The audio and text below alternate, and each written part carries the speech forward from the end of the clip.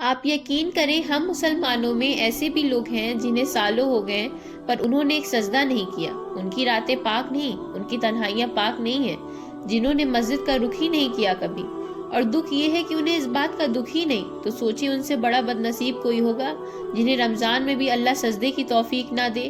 اور وہ اپنے دنیا میں بڑے خوش ہیں مگر انہیں یہ نہیں پتا کہ اللہ ان سے کتنا ناراض ہے کہ انہیں سجدے کی توفیق ہی نہیں دے رہا۔ ایک روایت آتی ہے کہ موسیٰ علیہ السلام لوگوں کو کہہ رہے ہوتے ہیں کہ اللہ کی نافرمانی نہ کرنا ورنہ تم پر فلاں فلاں عذاب آئیں گے، تو ایک بندہ اٹھ کھڑا ہوتا ہے اور کہتا ہے اے اللہ کے نبی، تم کہتے ہو کہ اللہ کی نافرمانی نہ کرنا ورنہ تم پر فلاں فلاں عذاب آئیں گے، لیکن میں جیسے جیسے نافرمانیاں کرتا ہوں مجھ پر ویسے ویسے ان کی نعمت برستی ہے۔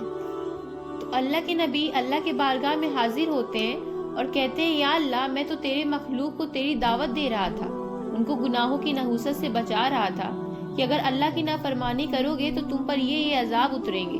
اور ایک بندہ اٹھ کھڑا ہوتا ہے اور کہتا ہے میں تو جیسے جیسے اللہ کی نافرمانی کرتا ہوں مجھ پر اس کا اتنا کرم ہوتا ہے۔ تو اللہ کے نبی نے پوچھا کیا کرم ہوتا ہے؟ تو اس نے کہا کاروبار بڑھتا ہے، مال بڑھتے ہیں، اولاد بڑھ رہی ہے، زمینیں بڑھ رہی ہیں، مکان بڑھ رہا ہے۔ تو اللہ پاک نے فرمایا میرے کریم، میری جو عذاب کے انداز ہے، میری عذاب کی جو صورتیں ہیں، ان میں سے یہ جو سخت دہین عذاب ہے، اس وقت میں نے اس بندے کو وہ عذاب دے رکھا ہے۔ عرض کیا رب کریم کیا ہے تیرے سخت سخت عذاب؟ فرمایا کریم جس سے میں سب سے زیادہ ناراض ہوتا ہوں اس سے میں توفیق سجدہ چھین لیتا ہوں۔ تو اپنے آئی فون پر خوش نہ ہو، اپنے بڑے بڑے مکانوں پر روب نہ کریں، یہ بڑی بڑی گاڑیوں پر ناز نہ کریں، یہ برانڈڈ کپڑوں پر تکبر نہ کریں۔ یقین کریں جس بندے کو اللہ نے توفیق سجدہ نہ دیا وہ سب سے بڑا بد نصیب ہے۔